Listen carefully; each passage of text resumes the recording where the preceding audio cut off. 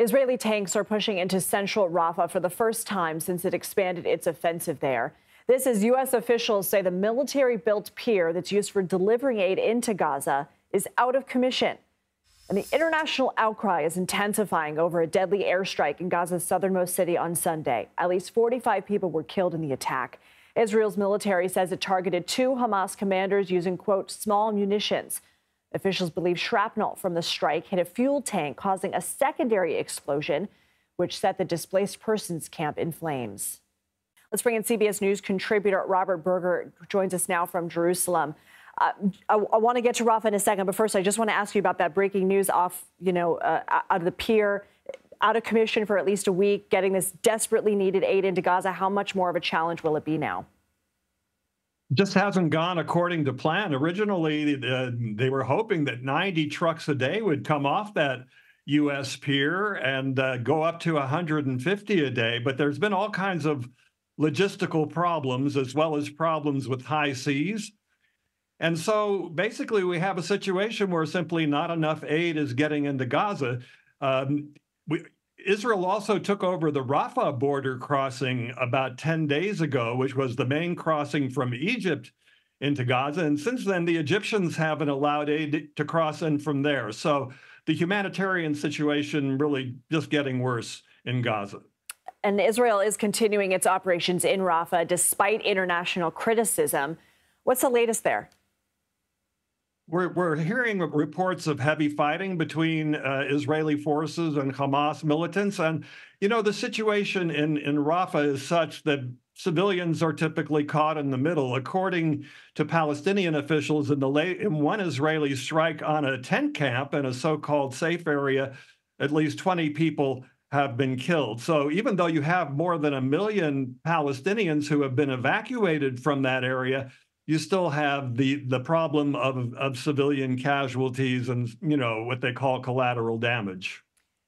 Prime Minister Benjamin Netanyahu called the airstrike a tragic mishap. But when you see the images that are coming out that are just so horrific to watch and see, I mean, how are the images and how are his remarks being received on an international scale? Well, there has been outrage by this strike that you mentioned that took place late Sunday, this massive fire that spread through the tent camp. And there's been outrage from European countries, the UN calling on Israel to stop this war. But now Israel is saying that basically the munitions it used, 37-pound bombs, 2 of them, to target 2 senior Hamas commanders could not have caused that massive blaze. They're saying that apparently Hamas munitions in the area exploded, possibly by shrapnel. But, from a public relations standpoint, Israel seems to be trying to shift the blame to Hamas. But from a public relations standpoint, I think the damage to Israel's image has already been done. So that said, what's happening internally within Israeli politics? Well, you have the 3-man war cabinet with one member, Benny Gantz, threatening to quit the government on June 8th. He's unhappy with the way Prime Minister Benjamin Netanyahu is prosecuting the war. 2 reasons. One, he feels that Netanyahu has blocked attempts to try and get a hostage deal. And 2, he says that there's just simply no plan for the day after. Who will rule Gaza when the war is over? Gantz would like to accept the U.S. plan, which would see a path to a Palestinian state and possibly peace with Saudi Arabia. But Netanyahu is rejecting that. He and the hardliners in his government oppose a Palestinian state. Robert Berger, appreciate you joining us on this breaking news and a more far-reaching conversation. We want to turn now to our chief White House correspondent, Nancy Cordes, who's at the White House for more on the Biden administration's response. So, Nancy, we've been talking about the international criticism here on the attack in Rafah. How's the White House responding? I'd say the White House response has been fairly muted compared to what we've seen from other quarters. The National Security Council, Lindsay, put out a statement last night calling the images that we're seeing coming out of this camp in Rafah devastating and heartbreaking, reiterating once again that Israel needs to do more to protect civilians. But the statement doesn't go on to say what, if anything, the U.S. is going to do if it determines that the Israelis aren't doing enough to protect Palestinian civilians. I mean, we saw the president halt one shipment of 1,000 and 2,000-pound bombs to Israel, but then other munitions were allowed to be sent to Israel. And so beyond that, it's unclear whether the U.S.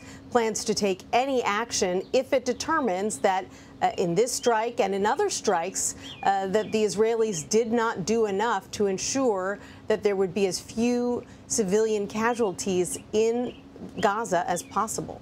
Are you learning of any discussions of next steps if these events continue?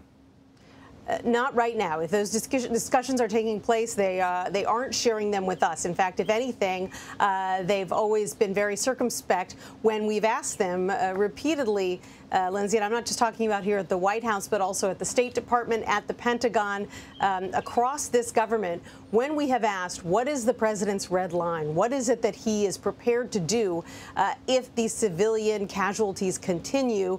And U.S. officials have always been reluctant to say. And so it's really unclear at this point if there is anything they feel that they could do publicly to change the trajectory, or if they're simply content to try to speak with Israeli officials behind the scenes and try to get them to change course.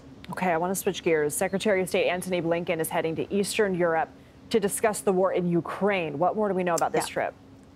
Really interesting trip. He's heading to Prague, where he'll be meeting with other NATO foreign ministers to discuss some recent setbacks in Ukraine, how they can best support Ukraine. But then he's also going to be traveling to Moldova, which borders on Ukraine. It is much smaller, like Ukraine. It's a former Soviet satellite. And the U.S. is very concerned about Russian influence efforts there. And in Georgia, another Soviet satellite not too far away. They are concerned that as Moldova tries to join the European Union, tries to take steps towards democracy to do that, and the Georgians as well, that the Russians are working to make that as difficult as possible with disinformation, trying to influence various levers of government there. And so the Secretary of State is traveling to Moldova to basically send a very public signal to Russia that we see you, we see what you are doing. He's going to announce new financial support for Moldova that he will argue will help that small country on its way towards eventual EU membership. Nancy Cordes, thank you. You're welcome.